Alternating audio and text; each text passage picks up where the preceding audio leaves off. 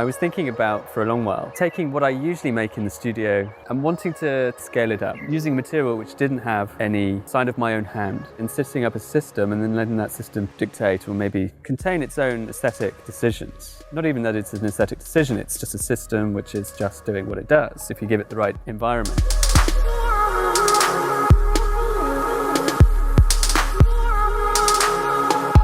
There seemed to be a sort of a universal truth to the idea that you would just let nature, under the right circumstances, do what it needs to do. At the time I was crystallizing mostly engine works, and it seemed that once you started the process up, once you had the right proportions, the right temperatures, that it seemed an unlimited process. And then it came to be apparent that maybe it wasn't so much an object that needed to be crystallized, maybe it'd be interesting for something stranger perhaps.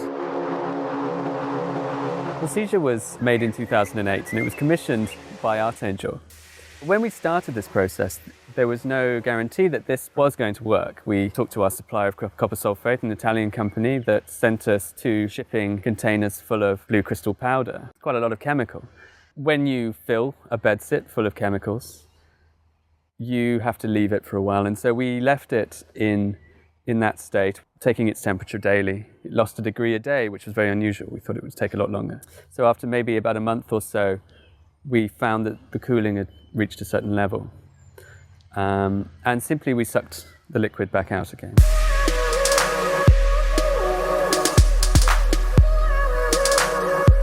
And once we sucked the liquid out, it became apparent that the crystallization had happened. And it happened on a scale I think that we weren't anticipating. To some degree, we got it wrong in terms of what we were expecting, but we got it wrong on the right side of being wrong, I think. Taking Seizure from London and building this building, there's a sense that the object itself is becoming more of what the intention of Seizure is somehow, this rather unknowable thing, this object which its status is quite unusual. And for me that works very well. It's an important sort of maybe factor in how we're supposed to maybe go about things in the future.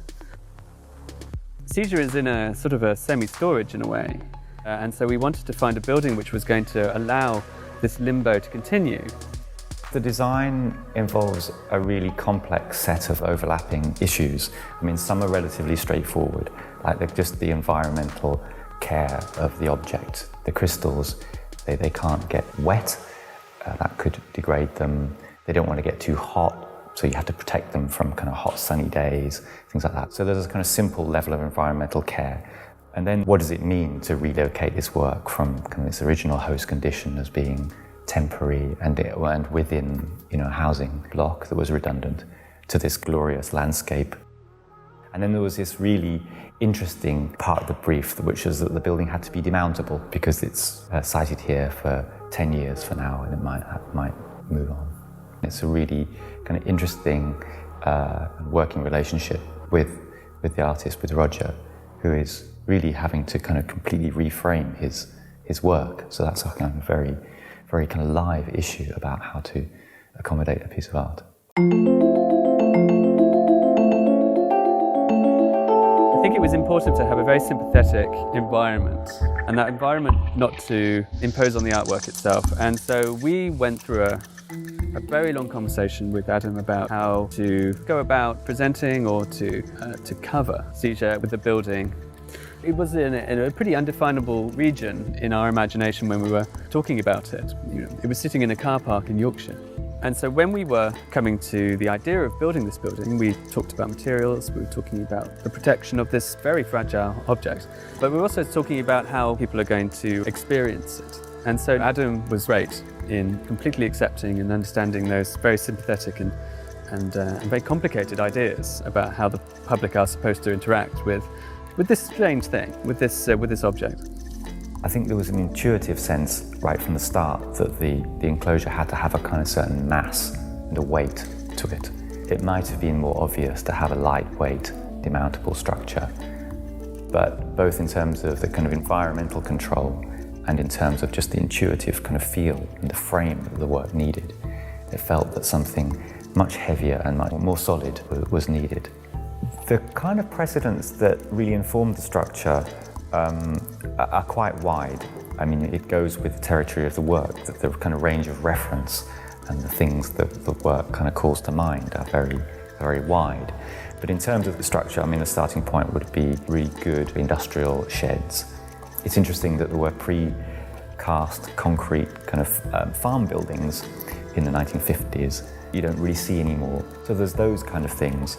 Then there are also another kind of register of Egyptian tombs, Egyptian kind of classical architecture, the stuff that's at the kind of really foundation of classical architecture. So there's a certain sense of proportion and weight and kind of measure. The light is a really important part of the design. I mean, there's a practical aspect to it, that you are coming from broad daylight through to a very dark space. The interior of the work is lit by a couple of bulbs, but it wants to be a magical moment. You want to have already adjusted your eyes to the darkness. So there's a practical sense of a threshold of adjusting to darkness. The rawness of this concrete kind of post and panel frame with the cracks of light coming through. It gives you a very subtle but kind of amplified connection to the outside. I try as much as I can to try and escape my past when it comes to making artworks.